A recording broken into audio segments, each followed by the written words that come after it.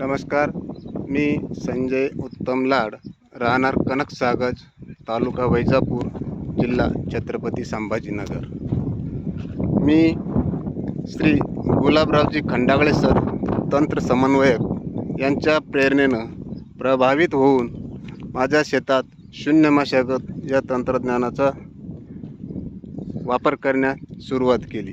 माझ्या शेतातील हे आज रोजीचे चौथे पीक असून मी यापूर्वी या शेतात अद्रक हे पीक घेतले होते। अद्रकचे बेड तसेच ठेवून त्यावरती मका लागवड केली। मका लागवडीनंतर हरभरा या पिकाची लागवड केली। हरभऱ्यानंतर कापूस हे पीक घेतले आणि कापसानंतर माझ्या शेतात आज या मकाची लागवड केली। परंतु मका लागवड करण्यापूर्वी मला असे वाटले की आपण आपल्या शेतात या कापूस पिकाचे जर आपल्या शेतात कुजवून आपण याचे जर खत करू शकलो तर आपल्या खताच्या खर्चातही बचत होईल। म्हणून मी माझ्या शेतात या कापूस पिकाचा कुट्टी करून त्याचे खालील खोडं तसेच ठेवून त्याची कुट्टी करून घेतली।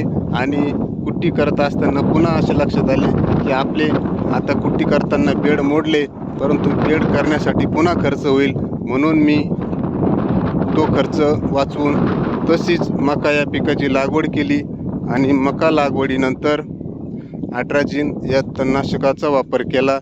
आणि यानंतर पुन्हा उगवणीनंतर पुन्हा मी तणनाशकाचा वापर करून आणि या कुट्टीवर कंपोस्ट्रीज या डिकम्पोजरची फवारणी करून हे काडी कचरा मी कुजवण्याचा प्रयत्न करणार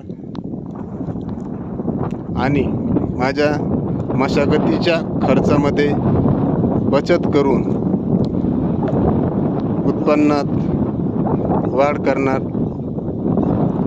आणि आपण म्हणाल की उत्पन्नात वाढ कशी होईल, तर मी यामध्ये कुठलाही मशागतीचा खर्च केलेला नाही। श्री गुलाबरावजी खंडागळे सर, तंत्र समन्वयक यांच्या प्रेरणेनं मी माझ्या शेतात शून्य मशागत या तंत्राचा अवलंब केल्यामुळे माझ्या खर्चामध्ये बचत होत आहे। आणि जी मशागतीची